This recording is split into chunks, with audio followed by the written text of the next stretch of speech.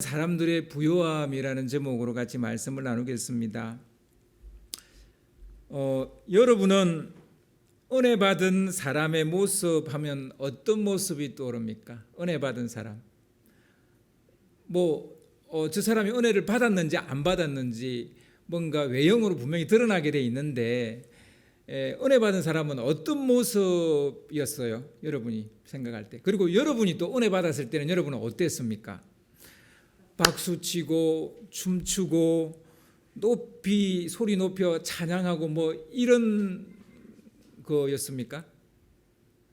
아니면 옛날에 그 빈야드라고 그런 이제 운동이 미국에서 좀 일어난 적이 있는데, 막 떼굴떼굴 뒹굴면서 막 웃는, 그게 이제 은혜 받은 하나의 또 징표다 그래서 막 또 그런 게 한때 우리나라까지 들어와서 유행하기도 하고 그랬습니다. 또 그런 모습입니까? 아니면 눈물 콧물 흘리며 기도하는 모습입니까? 입술에서 감사와 찬양이 쉴 새 없이 나오는 그런 게 은혜 받은 거일까요? 은혜 받은 모습일까요? 말씀이 정말 꿀보다 더 달고 막 설교 영상을 막 찾아서 듣고 또 듣고 하루 종일 극동방송 설교 듣고 이런 게 은혜 받은 모습일까요? 이 모든 게 은혜 받은 자의 모습일 수 있을 겁니다. 저도 제가 방금 나열한 것 중에 몇 개는 저도 경험을 해봤으니까요. 그러나 오늘 말씀은 은혜 받은 사람들의 모습이 우리가 평소에 생각하는 것과 조금 다르다는 것을 보여줍니다. 일단 오늘 말씀 33절을 보시면 33절에 사도들이 큰 권능으로 주 예수의 부활을 증언하니 무리가 큰 은혜를 받아. 지금 사도들이 믿는 사람들 앞에서 지금 여기에 무리는 믿는 사람들이에요. 그러니까 3,000명 믿고 5,000명 믿고 그랬잖아요. 그 사람들이에요. 그 사람들 앞에서 큰 권능을 보였습니다. 그리고 예수의 부활을 증언을 했어요. 상세한 기록이 없다 보니까 그 큰 권능이라는 게 누구의 병을 고친 건지, 어떤 기도의 응답이 일어난 건지, 아니면 그들이 이 제사장에게 잡혀갔는데 풀려난 그것이었던지 하여튼 정확한 거는 알 수는 없는데 어떤 이적과 기적을 일으키면서 부활을 증언을 했어요. 증거를 했어요. 이제 그 기적을 직접 눈으로 보고 그리고 부활의 메시지를 직접 귀로 들은 무리가 큰 은혜를 받았다, 이렇게 말하고 있습니다. 사람마다 은혜 받는 그 지점이 달라요. 은혜 받는 그 포인트가 조금 다릅니다. 설교가 귀에 들리거나 그 말씀이 깨달아지면 은혜 받았다, 이렇게 말하는 사람이 있어요. 그리고 어떤 사람은 그 말씀이 얼마나 귀하냐 이런 것보다는 얼마나 설교를 재미있게 하느냐에 또 은혜 받았다라고 말하는 사람이 있습니다. 그래서 막 설교 재미있게 하시는 설교 듣고 은혜 받았습니다, 또 이렇게 말하는 사람도 있고요. 열정적인 찬송과 기도가 있는 집회에 참석하고선 오늘 내가 은혜 받았다고 또 이렇게 말하는 분도 계시고요. 아니면 조용히 하나님 앞에 나아가서 하나님의 임재를 느끼면서 그 시간을 보내고 내가 은혜 받았다, 또 이렇게 말하시는 분도 있습니다. 또 어떤 분은 봉사활동에 가서 그 봉사활동을 하고 난 다음에 내가 도리어 은혜 받았다고, 내가 이 봉사활동을 하면서 내가 도리어 은혜 받았다고 그 산동네 가서 연탄 열심히 날라주고 돌아오는데 기분이 너무 좋은 거예요. 은혜 받았다고 이렇게 말하시는 분도 계시고, 혹은 아우리치를 가서 그들에게 필요한 것들을 나눠주고 또 그들을 좀 돕고 오면서 그 아우리치 때문에 내가 은혜 받았다고 이렇게 말하는 사람도 있습니다. 사람마다 성향이 다르고 지향하는 바가 다르니까 은혜 받는 지점이 다를 수밖에 없습니다. 어떤 사람은 빨간색을 보고 너무 예쁘다라고 말하고, 어떤 사람은 녹색을 보고 너무 예쁘다고 말하고 그렇잖아요.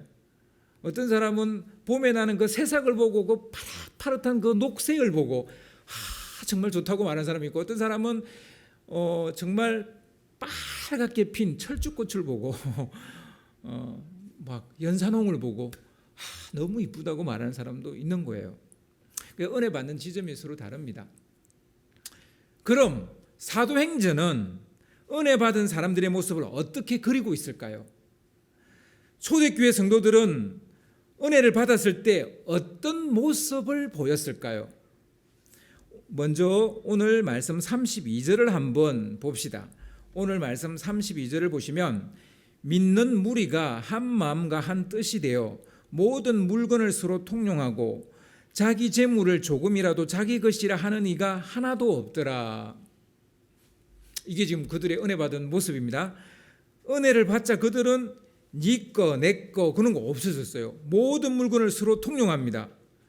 그 자기 재물을 조금이라도 자기 것이라고 하는 사람이 하나도 없었답니다. 한 명도 없었대요. 은혜 받은 사람들은 하나같이 자기 재물을 자기 것이라 하지 않았다는 거예요.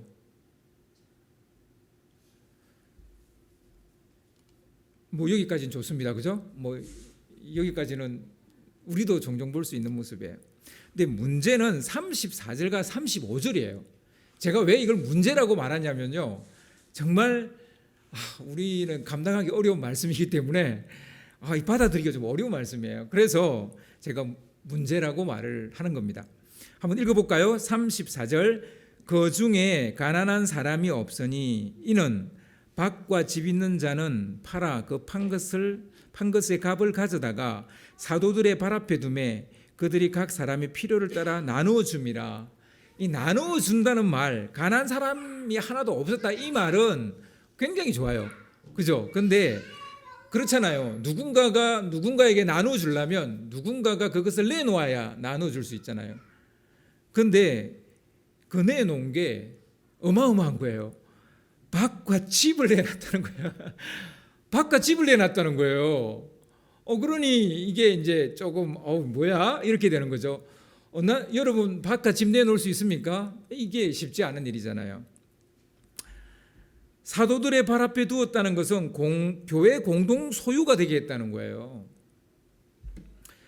그리고 그걸 각 사람의 필요에 따라 나눠줬답니다. 나누어주는 거 싫어하는 사람 어디 있어요? 그런데 문제는 내 집과 밭을 팔아서 그것을 나눠준다? 이거는 쉽지 않은 일인 거예요.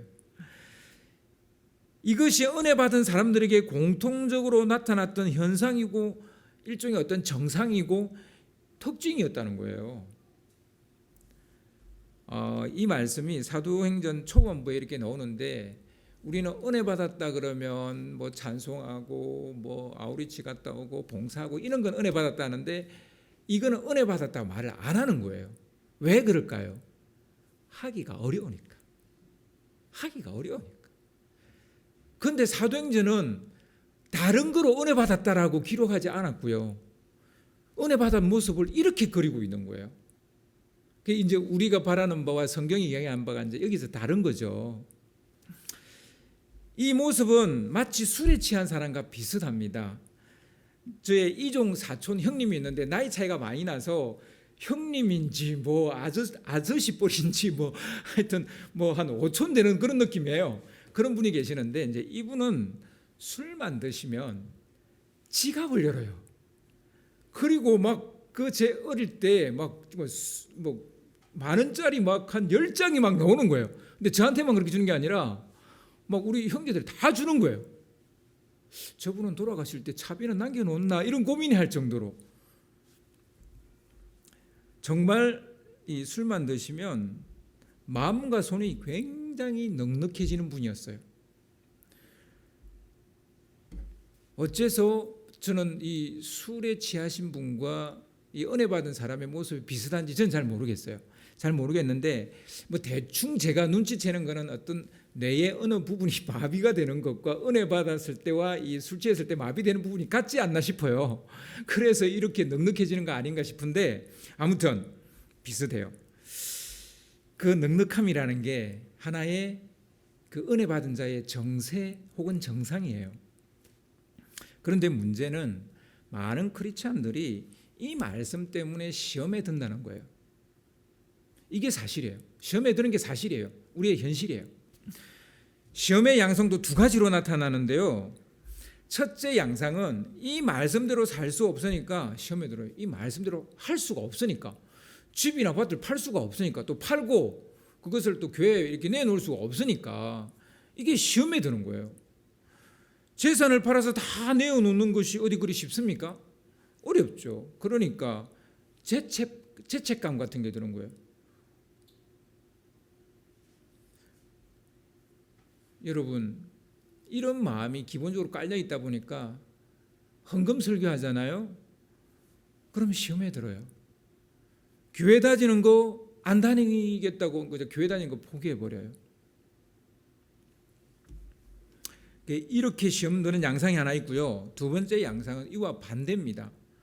믿음으로 이 말씀에 순종하는 사람들이에요. 초대교회의 이런 모습에 도전을 받아서 자기도 재산을 모두 하나님께 바쳐버리는 경우입니다. 그런데 바치고 나면 교회 공동체가 이 사람의 삶을, 남은 삶을 책임져 줍니까? 책임 안 져주거든요. 그렇지 않잖아요. 책임 안 져주잖아요. 그러니 그럼 이분은 뭐 먹고 살아요? 어디서 자요? 그때서야 뭐 헌금을 돌려달라 뭐 그러기도 하고요. 아니면 조용히 교회와 기독교를 욕을 하고 떠납니다. 이렇게 시험이 들어요. 여러분, 오늘 말씀 잘 분별해서 들으셔야 됩니다. 여러분, 이건 주님의 명령이 아니에요. 은혜 받은 자들에게 나타난 어떤 한 현상이었다고요. 이해되십니까? 이게 주님의 명령이 아니라고요. 너 은혜 받았으면 너 집 팔아라 이렇게 주님이 말씀하신 적이 없어요. 그냥 그들이 은혜 받아서 그들이 했던 하나의 현상이라고요. 근데 이걸 오직 뭐 하나님이 하신 말씀인 것처럼 그렇게 생각하시는 분들이 되게 많아요. 여기서부터 이제 오해가 시작되는 겁니다.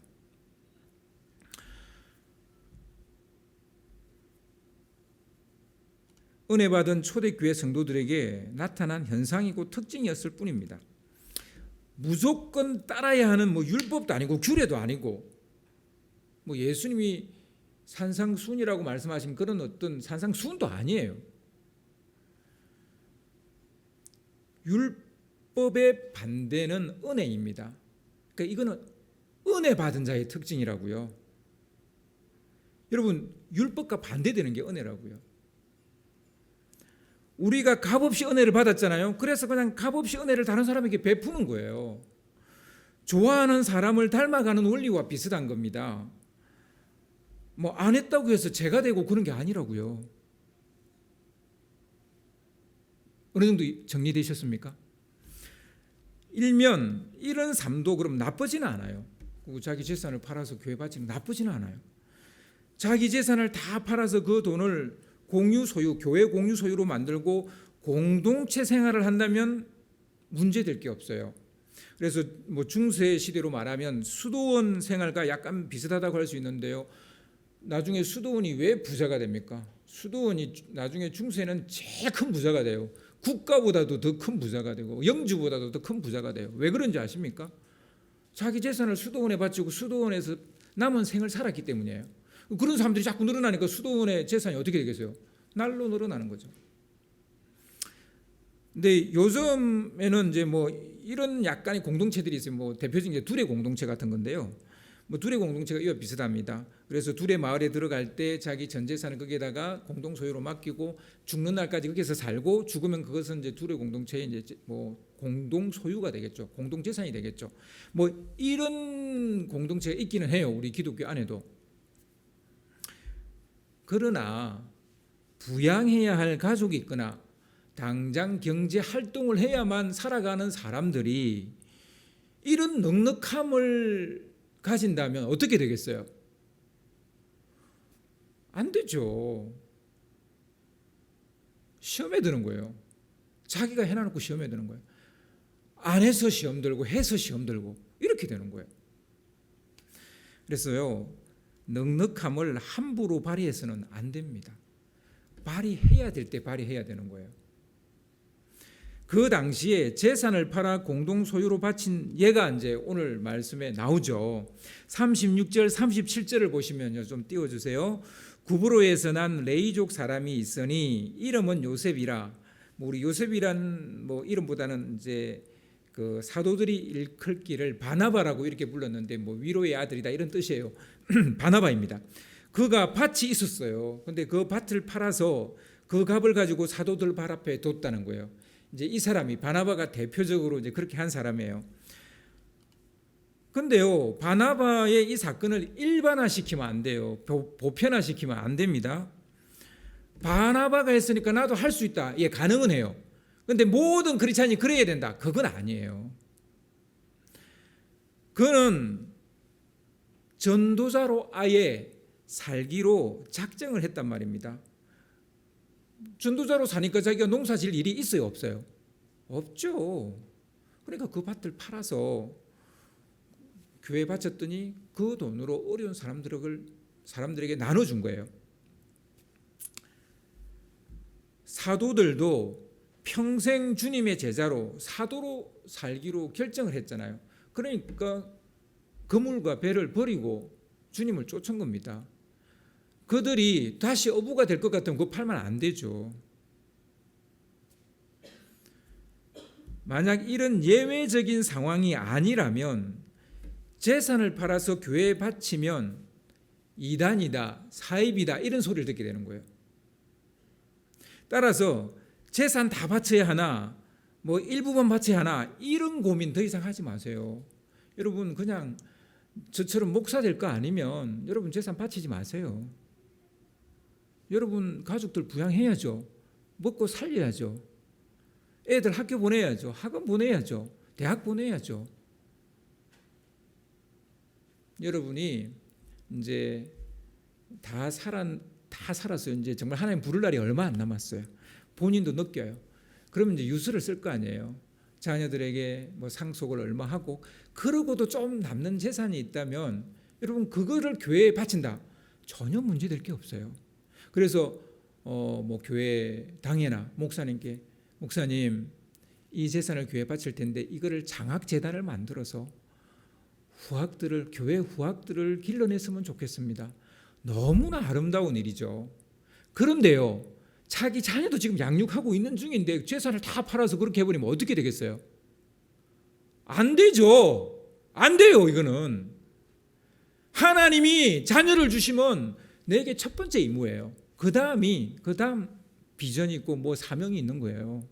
자녀가 첫 번째 우리의 사명이고 비전이라고요. 우리 자녀를 하나님의 사람으로 만드는 게 우리의 첫 번째 비전이고 사명이에요. 근데 그 애가 자라야 될 거 아니에요. 자라야 뭐 하나님의 사명을 감당하든지 할 거 아니에요.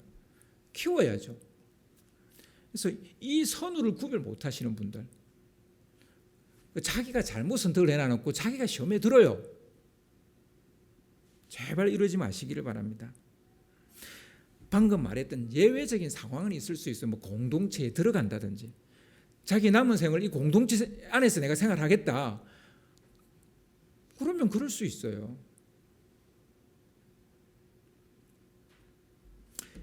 여러분, 교회는 세워져야 하고요. 어려운 믿음의 식구들을 도와야 합니다. 그리고 선교적 사명을 감당해야 하니까 주님이 하라고 하신 것만 하면 돼요. 그래서 그럼 아예 목사님 헌금 안 해도 됩니까? 그런 얘기를 하는 게 제가 아니잖아요. 그러니까 주님이 하라고 한 게 있어요. 그게 뭡니까? 너 믿음을 계속 하나님 앞에서 보이라는 거예요. 그게 뭡니까? 11조예요. 그 주일 지키는 거예요. 예배 드리는 거예요. 뭐 예배 드릴 때마다 내 마음을 드리고 싶습니다 해서 주정 헌금 드릴 수 있고요. 진심으로 감사할 일이 생겨서 감사 헌금 할 수도 있어요. 그리고 선교의 작은 힘이라도 뭐 선교에 뭐 이렇게 벽돌이다 하나 뭐 내가 더 보태고 싶다 해서 선교 헌금 할 수 있어요. 근데 이 정도 하시면 돼요. 그런데 뭘 집 기둥을 뽑아서 집 문서를 가서 바치고 무슨 결혼 반지를 뽑아서 바쳐요. 왜요? 왜 결혼 반지를 바쳐요? 죽을 때까지 부부가 약속한 징표인데 그걸 왜 바쳐요? 그것도 하나님 앞에서 약속한 거 아니에요? 왜 결혼 반지를 바쳐요? 그냥 그달 하나님 주신 게 있어서 11조 하고요. 그냥 감사할 일 있으면 감사헌금 하면 되는 거예요. 다 그까지 하면 돼요. 그래서 이걸 통해서 교회가 유지되고요. 교회가 세워지고요. 이것을 통해서 선교하고요. 이것을 통해서 어려운 믿음의 식구들 돕는 거예요. 근데 교회가 참 이상한 것 하나 있어요. 좀 목회하면서 진짜 이상한 게 있어요. 그게 뭐냐면 성교도 열심히 해요. 그리고 뭐 교회 건물도 크게 지어요. 근데 그 교회 안에 어려운 사람을 안 도와요. 왜 안 돕는지 모르겠어요. 그게 1차거든요. 근데 그걸 안 해요. 참 이상해요. 자기 식구들을 안 챙겨요. 자기 교회 식구들을 안 챙겨요. 그 되게 이상해요. 제가 볼 땐 되게 이상해요. 아무튼 뭐 우리가 이와 같이 모두가 가난하지 않게 되는 것 하나님이 원하시는 바입니다. 그래서 이들이 은혜 받고 이런 모습을 보였다는 거예요. 초대교회 성도들이. 근데 개 중에 뭐 바나바처럼 이제 자기는 전도자로 살 거기 때문에 밭을 바쳤어요. 근데 바나바가 집을 바쳤다는 말은 없거든요. 그걸 우리가 또 주목해서 볼 필요가 있습니다. 무슨 목적으로 어떤 마음으로 헌금을 드리느냐가 되게 중요합니다. 제가 저번에도 한번 이야기했는데요. 우리 성도님들 중에 조금 큰 헌금을 하시는 분들이 한 번씩 이제 있어요. 전 반드시 전화를 합니다. 뭐 권사님이면 권사님, 뭐 장로님, 장로님, 집사님이면 집사님, 이 헌금을 하셨는데 왜 이 헌금을 하셨냐고 제가 물어봅니다. 경제적으로 어렵거나 순간적인 열정으로 무모한 헌금을 했다면, 그런 판단이 제가 선다면 돌려드리려고, 이 헌금 돌려드리려고 제가 전화를 합니다. 그런데 뭐 이제 뭐 그런 분이 많지는 않으시더라고요. 아무튼 오늘 말씀을 보고 뭐 고민할 것도 시험 들 것도 없어요. 여러분 요거 잘 분별하시면 되겠습니다. 다만 오늘 말씀을 통해 여러분과 깊이 나누고 싶은 가치 두 가지를 이야기하려고 합니다. 뭐 더 이상 뭐 재산을 전부 드려야 됩니까? 일부를 드려야 됩니까? 이런 거면 정말 하지 마시고 그냥 주님이 하라고 하는 것만 하시고요. 그리고 그것도 여러분이 하고 마음이 안 좋으면 하지 마세요. 헌금을 하고도 괜히 했다 싶고 막 자꾸 생각나면 헌금한 거 생각나면 하지 마세요. 11조 무고간 하지 마세요. 하나님이 당신의 마음을 받기를 원하시는 거지. 우리 각자의 마음을 받기를 원하는 거지. 하나님이 뭐 거짓입니까? 돈이 없습니까? 그런 분 아니시잖아요. 그런데 1년 내내 마음이 없다. 그것도 문제긴 해요. 1년 내내 내 믿음을 표현하지 않는다. 그건 문제 아닙니까? 그것도. 아무튼 그렇습니다. 이제 오늘은 그래서 제가 두 가지 다른 좀 이 말씀에서 우리가 붙잡아야 될 두 가지 가치에 대해서 여러분과 좀 나누고 싶습니다. 하나는 자발성입니다. 밭과 집을 팔아서 바치는 것은 누가 하자고 시킨 게 아니라는 사실이에요. 뭐 사도들 중에 은혜 받은 사람들 뭐 금가락지, 결혼 반지, 문서 들고 와 이렇게 말한 적이 없다고요. 사도들은 그런 말을 한 적이 없어요. 예수 믿으면 반드시 집과 밭을 팔아서 바쳐야 된다. 뭐 어떤 그런 지침이나 방침 정해준 적도 없고 정해진 적도 없어요. 그런데 왜 부흥사들이 와서 반지 바치라 그러냐고요. 왜 집 문서를 바치라 그러냐고요. 요즘은 그런 부흥사 없죠. 사도도 안 한 말을 왜 그들이 하냐고요. 근데 본인이 은혜 받아서 특별한 경우만, 예외적인 경우만 할 수는 있다는 거예요. 자기가 은혜 받아서 한다는데, 자발적으로 한다는데. 그래서 자발성이 중요하다는 얘기를 합니다. 은혜 받은 사람들에게 자연스럽게 나타나는 현상일 뿐입니다. 중요한 것은 액수가 아니라 그냥 자발성이라고요. 뭐 집을 팔든 밭을 팔든 뭐 그게 중요한 게 아니고, 얼마를 내는 게 중요한 게 아니고 자발성이라고요. 정말 내가 하고 싶어서 해야 된다는 거예요. 따라서 자발적이지 않은 헌금을 하거나 헌신을 하는 것이 문제입니다. 초대교회 성도들이 받은 은혜를 곡해서는 안 됩니다. 우리가 그들에게 배워야 할 것은 좋아서 하는 자발성이라고요. 자발성을 가장 잘 설명해 주는 말이 무엇일까요? 여러분, 자발성을 가장 잘 설명해 주는 말이 뭘까요? 저는 그것이 바로 주인됨이라고 봅니다. 주인됨. 주인은 스스로 결정합니다. 누가 시켜서 하는 게 아닙니다. 종이 주인 보고 이거 합시다 그래서 주인이 결정하는 거 아니잖아요. 주인이 결정하고 종에게 시키는 거잖아요. 종은 자발적으로 하는 게 아니죠. 주인이 시키니까 하는 거죠. 여러분은 주인으로 살고 있습니까? 종으로 살고 있습니까? 은혜 받으면 나타나는 현상이 무엇인가면요, 자기 인생의 주인이 되는 거예요. 은혜 받으면 진정한 자기 인생의 주인이 된다고요. 그전에는 돈이 주인이죠. 물질이 주인이죠. 재물이 주인이죠. 그래서 재물이 너무 아까우니까 헌금하지 못하는 거죠. 내가 은혜를 받았는데도 헌금을 못해요. 그 은혜가 조금이라도 내가 좀 하나님께 그 은혜 받은 거에 대한 내 마음을 하나님께 드리고 싶어서 헌금을 해야 되는데 헌금을 못하는 거예요. 왜냐? 재물이 주인이니까. 자발성을 가진다라는 것은 자기 인생의 주인이 된다는 거예요. 자발적인 헌신을 하고요, 자발적인 헌금을 하는 거예요. 바나바는 자기의 밭을 팔아서 사도들의 발 앞에 내려놓았다고 했잖아요. 바나바가 그럴 수 있었던 것은 자기 재산의 진정한 주인이었기 때문입니다. 바나바는 진정으로 그 밭의 주인임에 틀림이 없어요.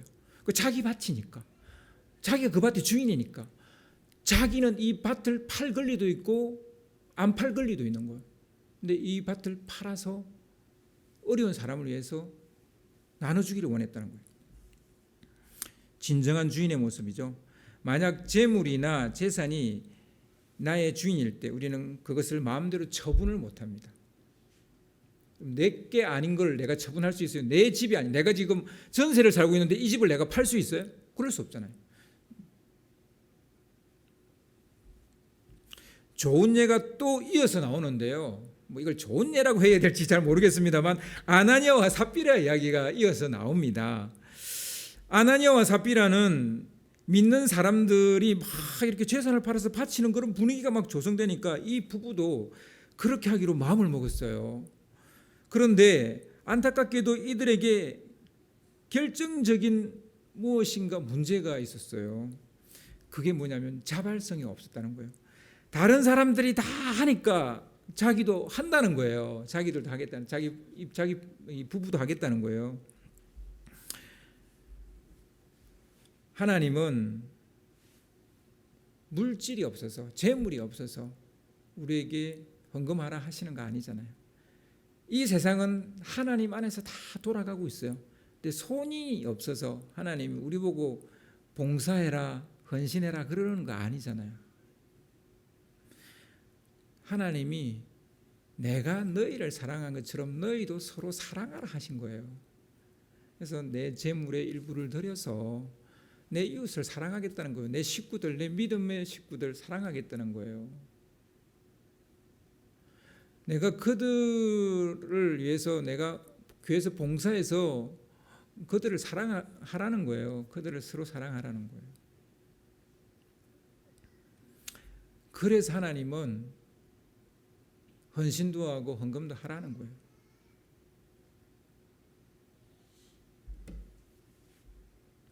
자발성이 결여되면 어떻게 됩니까?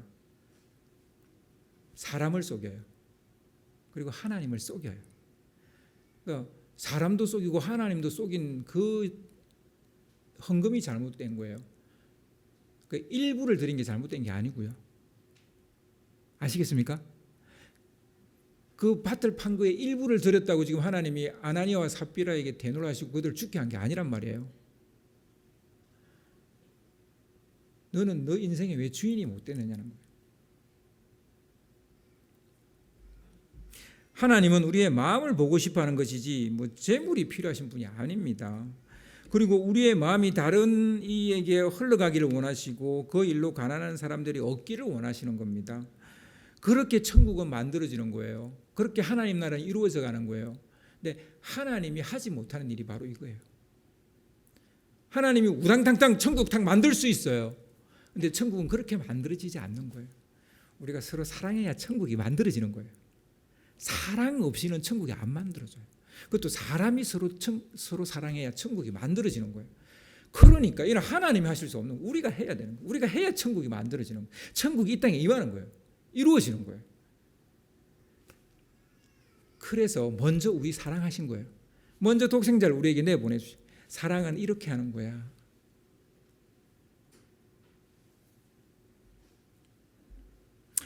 그러나 아나니아와 삽비라는 그걸 몰랐던 겁니다. 결국 아나니아와 삽비라 부부는 성령을 속이고 판 것의 일부를 숨기고 나머지 일부만 하나님께 바쳤다가 우리가 아는 것처럼 너무 불행한 마지막을 보내게 됩니다.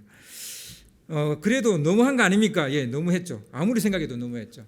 근데 아마 하나님께서 가장 중요하게 생각하는 것은 초대교회 때부터 이런 순수한 마음과 자발성이 사라져버린다면 그 교회가 되겠습니까? 하나님 나라가 이루어지겠습니까? 그래서 하나님이 어떻게 보면 샘플로 이런 일을 행하신 거 아닌가 싶긴 해요. 그래도 참 마음은 무겁습니다. 이 이야기 읽으면 마음은 무겁습니다. 그러나 중요한 것은 이 자발성이라는 거예요. 어떤 이들은 그것도 대단하잖아요. 뭐 그 일부러 바치는 것도 대단하잖아요. 물론 대단합니다. 하지만 기억하시기 바랍니다. 하나님은 우리의 중심을 보십니다. 그러니까 일부냐 전부냐 이런 게 절대 중요한 게 아니고요. 중요한 것은 우리의 마음이라고요. 마음이 없는 헌금이나 헌신은 아무것도 아닙니다. 하나님 나라를 이루는 데 어떤 도움도 되지 않습니다. 하나님은 우리의 마음을 원하십니다. 하나님은 우리의 자발성을 원하십니다. 하나님은 먼저 우리의 마음의 소원을 주시고 자발적으로 그거를 하기를 원하십니다. 사도행전 5장 4절을 보면 베드로가 아나니아를 책망하는 내용이 나옵니다.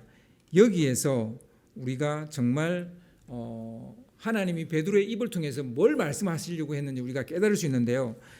5장 4절 말씀입니다. 제가 읽어드리겠습니다. 땅이 그대로 있을 때에는 내 땅이 아니면 이게 이제 그 아나니아와 삽비라의 그 밭을 두고 하는 얘기인 것 같아요. 그 밭이 그대로 있을 때 팔기 전이죠. 그대로 있을 때는 너의 땅이 아니었다는 거예요. 그리고 판 후에도 내 마음대로 할 수 없는 그 판 돈이 네 마음대로 할 수 없는 그런 돈이었다는 거예요. 어찌하여 이 일을 내 마음에 두었느냐? 사람에게 거짓말한 것이 아니요 하나님께로라. 이런 말씀입니다. 이게 지금 베드로가 아나니아와 삽비라한테 한 얘기예요. 뭘 얘기했습니까? 너는 너 인생의 주인이 아직도 못 됐구나. 그러니까 네가 말은 문의는 크리스찬인 것 같은데 아닌 것 같구나라는 얘기예요. 여러분 크리스찬은요 진정으로 자기가 자기 인생의 주인이 된 사람이에요. 우리가 죄의 종로로 가다가 은혜로 이제 죄에서 벗어난 거잖아요. 이제 더 이상 죄의 종이 아니잖아요. 주인이 된 거잖아요.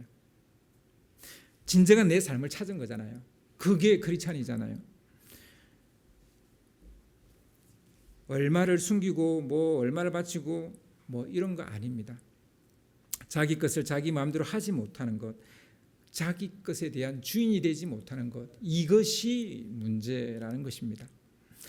종종 은혜가 충만한 곳에 시험도 같이 찾아오는 경우가 있는데 그것은 은혜 받은 척하는 사람들 때문입니다. 진짜 은혜 받은 사람은요 이런 시험에 들지 않습니다. 은혜 받은 척하지 마세요. 그냥 은혜 받으세요. 받은 척을 하지 마시고 그냥 은혜를 받으세요. 그리고 은혜도 곱게 받으세요. 곱게 받는 은혜는 자발적이지 누군가를 따라하는 게 아닙니다. 누가 하니까 나도 하자 그런 거 아닙니다. 마음속에서 우러나오는 자발성이 있다면 그 사람은 은혜 받은 사람임에 틀림없습니다. 오늘 우리 임직 받으시는 분도 그래요. 자발적으로 받으시는 거 맞죠? 제가 뭐 푸시했나요? 여러분 자발성이 제일 중요합니다. 오늘 말씀을 통해서 함께 나누고 싶은 또 다른 가치 하나는 부요함입니다. 이 부요함은 우리가 생각하는 부요함하고 조금 달라요. 자기 재산을 팔아 사도들 발 앞에 두었더니 사도들이 각 사람의 필요에 따라 이것을 나누어 주었습니다. 그렇게 했더니 가난한 사람이 없었다는 거예요. 이게 바로 하나님이 말하는 부요입니다. 그러니까 내 배만 부른 거는 부요가 아니에요. 우리가 더불어 부요, 더불어 배가 부를 때 그게 하나님 보실 때 그게 부요하다는 거예요. 그래서 여러분 우리가 부요에 대한 부요함에 대한 생각이 달라져야 됩니다.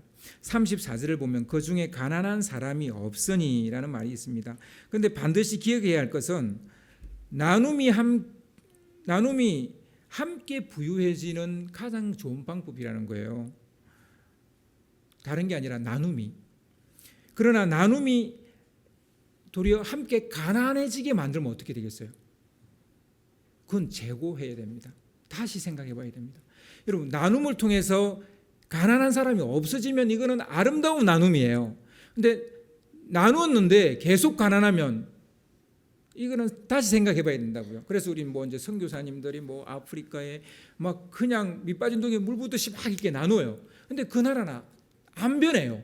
여전히 10년 전에도 받았고 지금도 받고 또 10년 후에도 받을 것처럼 보이면 그게 뭐예요? 우리도 마찬가지예요. 뭐 다른 나라 뭐 다른 누구 이야기할 필요 없고요. 우리도 마찬가지예요. 그 사람이 일어서도록 돕는 데 나누어야지. 그 사람이 노숙자 뭐 거지처럼 사는데 계속 나눠준다면 그 사람은 그렇게 사는 것을 선택할 거예요. 노숙자로 사는 것을.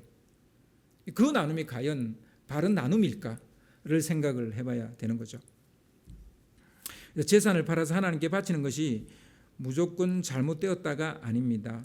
앞에서 말했듯이 예외는 있을 수 있습니다. 풀타임 사역자가 되든지 아니면 재산을 물려줄 자녀가 없다든지 뭐 자녀에게 재산을 물려주고 좀 남는 것이 있어서 하나님께 이렇게 바쳐서 뭐 장학재단을 만들겠다든지 뭐 아니면 뭐 좋은 일에 쓰도록 한다든지 아니면 뭐 NGO 단체에 이렇게 헌금을 한다든지 뭐 드린다든지 다 정말 아름다운 것입니다. 아니면 뭐 선교나 교회 건축을 위해서 헌금을 한다, 다 그럴 수 있습니다. 우리 뭐 믿음의 선배들 중에 뭐 장로님이나 권사님들 보면은 돌아가시기 전에 이거를 교회 바쳐서 교회가 다음에 교회 건축할 때 이거를 사용했으면 좋겠습니다. 뭐 이런 분들 옛날에 많으셨잖아요. 얼마나 보기 좋습니까? 그러나 자기 자식한테는 땡전 한 입도 안 물려주고 그래 버리면 자식들이 교회에 놓겠습니까? 안 놓겠습니까? 당연히 안 놓죠. 그러니까 그 재산 교회 주고 자기 자식들 교회 안 나가게 만드는 그런 꼴 만드는 굉장히 어리석은 크리스찬들이 있습니다. 나의 첫 번째 사명은 내 재산을 교회에 주는 게 아니고요. 내 자녀가 하나님의 백성으로 서는 겁니다. 아멘? 그거예요. 어느 자식이 자기 부모님이 재산을 교회에 다 갖다 줘버리면 자기 그 교회 나오겠습니까? 물론 나오는 자녀도 있을 수는 있겠죠. 근데 힘들죠. 부양가족이 있고 경제활동도 계속 해야 되는 처지라면 재산 처분해서 하나님께 바치면 안 됩니다. 함께 부유해지는 방법을 찾아야지 함께 가난해지는 방법을 선택을 하시면 안 돼요. 이것을 꼭 기억하시기를 바랍니다. 저는 오늘 읽은 이 말씀이 1세기 교회의 모습만은 아니라고 생각합니다. 교회를 개척하고 제가 수도 없이 이런 모습을 보았고 직접 경험했기 때문에 오늘 말씀이 현재 우리 교회의 모습이고 또 우리 현재 나타나고 있는 현상이라고 저는 자신 있게 말할 수 있습니다. 뭐 우리 성도님들 중에 목사님 선교하는데 뭐 아우리치 가실 때 이거를 사용하십시오라고 해마다 헌금하시는 분이 계셨어요. 교회 개척 비전이 선교하는 교회였거든요. 그래서 선교사를 최대한 지원하고 아우리치를 가자 막 그랬어요. 그래서 정말 열심히 갔어요. 개척 뭐 초기에 그 개척하자마자 그 첫 해부터 5명의 선교사에게 선교비를 보냈어요. 그때 교회 건물이 없었어요. 그죠? 교회 건물도 없었어요. 그리고 제 사례비는 그냥 10만 원 뭐 받을 때도 있고 못 받을 때도 있고 뭐 그랬어요. 근데 5명의 선교사님한테 선교비를 보냈어요. 우리 뭐 김홍 집사님 잘 알고 계시죠? 교회 건물도 없고 제가 받는 사례비도 뭐 제대로 받지도 못하고 그렇게 11년을 제가 거의 그냥 10만 원 정도 그냥 사례비 받았어요. 그래서 1년 제 사례비 다 모으면 뭐 약간 뭐 한 150, 200 될 때도 있고 뭐 좀 많이 받는 애는 300 받을 때도 있긴 했었어요. 그 300이면 여러분 한 달 월급도 안 되잖아요. 그래서 제가 1년 그거 받고 제가 목회했어요. 11년을 그렇게 했어요. 그런데요, 제가 아우리치를 해외 아우리치만 7번을 갔어요. 저는 뭐 비행기 날개 잡고 날아갔어요? 비행기 꼬리 잡고 날아갔어요? 저도 비행기 좌석에 앉아서 갔어요. 그 돈 다 어디서 났어요? 제가 사례비 10만 원 받는데. 예, 헌금하시는 분이 계시는 거예요.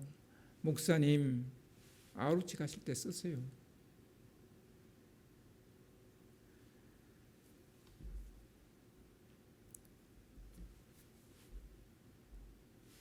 때로는 뭐 아우리치 팀에서 십시일반 모아서 제 선교비를 돕기도 하고요.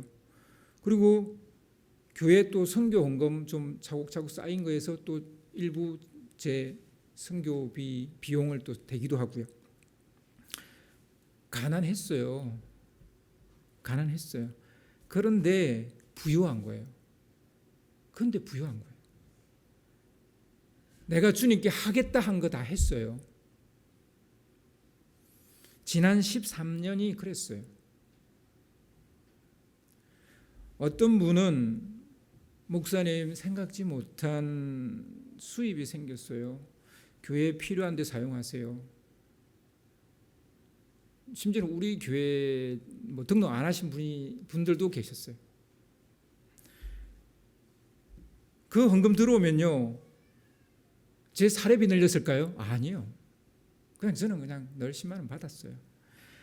교회 바닥 공사했죠, 강당 공사했죠, 잠옷실 공사했죠, 음향 영상 시설 보충했죠, 각종 악기 샀죠. 뭐 계속 성도들이 왔을 때 좀 더 편안하게 예배 드릴 수 있는 공간, 그게 썼어요.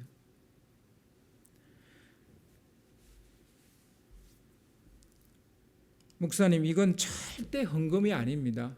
목사님, 헌금 아니에요. 가족과 맛있는 거 드세요. 그리고 좋은데 바람 쐬러 한번 다녀오세요. 제가 15년 전에 섬겼던 교회, 그러니까 15년 전부터 9년 동안 섬겼던 교회 장로님이신데, 그렇게 돈을 보내놓고 문자를 보낸 거예요. 전화도 안 하고 그냥 문자를 보낸 거예요. 목사님, 뭐 그냥 드시고 싶은 거 드세요. 이거 절대 헌금 아닙니다. 절대 교회에다가 헌금하지 마세요. 그렇게 문자를 보낸 거예요. 그런데요, 제가 사실 그 20대 초반부터 이가 안 좋아가지고 틀니가 있었거든요. 근데 제가 33년을 썼어요, 그 틀니를. 치과 의사가 기급을 하는 거예요. 10년이면 이 틀니 수명이 다 된대요. 근데 33년을 썼다니까 치과 의사가 기급을 하더라고요. 근데 얼마나 제가 이걸 오래 썼는지 이 틀니가 구멍이 났어요. 이게 윗니하고 계속 부딪히는 부위에 구멍이 있다만 게 하나 난 거예요. 그래서 제가 그거로 이제 임플란트를 했어요. 하나님이 기가 막히게 또 채워주시는 거예요. 딱 구멍이 나니까. 여러분, 분명히 저는 뭐 가난해요. 제가 부자라고 말하면 거짓말이에요. 제가 그렇게 뭐 부자라고 말할 그런 게 없어요. 근데요, 또 하나님 채우시는 거예요. 그래서 가난한데 부유해요. 이게 바로 초대교회의 부유함이고 넉넉함이에요.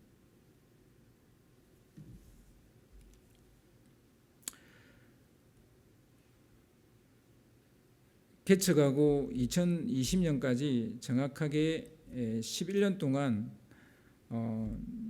그렇게 제가 사례비를 받았지만, 여러분, 제가 가난해 보입니까? 예? 제가 뭐 거지 같아 보여요? 아니잖아요. 다 살아요. 어떻게든 살아요. 그게 어떻게 살아요? 여러분이 넉넉하기 때문에, 여러분의 마음이 넉넉하기 때문에. 그래서 여러분이 헌금하시고, 그러니까 제가 사는 거예요. 근데 참 안타까운 얘기들이 많아요. 뭐 원로 목사님 물러나시는데 뭐 수십억을 갖다가 줬는데도 작다 그런다 그러시고, 뭐 집도 해드리고 또 수십억을 드렸는데도 작다 그러신다 그러고, 저는 모르겠어요. 그분은 사역하실 때도 매달 뭐 몇백만 원은 받으셨을 텐데, 그리고 자기 자녀들도 다 자랐을 텐데 왜 그러시는지 저는 모르겠어요. 왜 그런지 모르겠는데 뭐 제 머리로는 이해는 안 돼요. 제가 아는 성경은 그런 내용이 없기 때문에. 그 목사님은 뭐 어떤 성경을 보셨는지 저는 모르겠어요. 근데 제가 아는 목사님은 그러면 안 돼요. 그냥 은퇴하시고 살만한 집 하나 마련해 주면 그냥 감사하고 살면 되고요. 그리고 연금 들었잖아요. 연금 들었으면 연금 받고 살면 되죠. 무슨 몇십억이 필요해요. 그 돈 어디 쓰시려고? 무덤에 들고 가실 거예요? 그런 얘기를 종종 들어서 정말 가슴 아파요.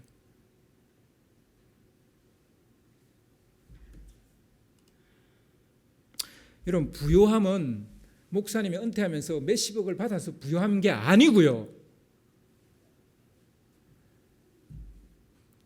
정말 하루하루 일해서 그 얼마를 헌금하신 그 돈으로 목사님 몇십억을 받으면 되겠어요?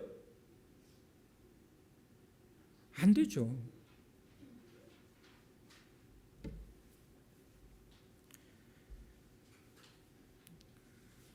말씀을 정리하겠습니다. 오늘 말씀은 잘 분별해서 들어야 됩니다. 하지만 우리가 놓치지 말아야 될 것이 있는데 두 가지인데, 하나는 자발성이고 하나는 부요함입니다. 여러분, 어렵더라도, 여러분 사는 게 어렵더라도 부요함을 잃지 마세요. 자발성을 잊지 마세요. 그게 여러분 인생의 주인이 되는 비결입니다. 오늘 말씀 그걸 이야기하고 있는 것이지 뭐 재산을 팔고 기둥을 팔고 전혀 그런 얘기 아닙니다. 정말 포커스를, 초점을 잘못 맞추셨습니다. 오늘도 교회가 하나님의 나라를 이루는 일에 쓰임 받으려면 바로 이 자발성과 부요함을 놓치지 말아야 될 줄 믿습니다.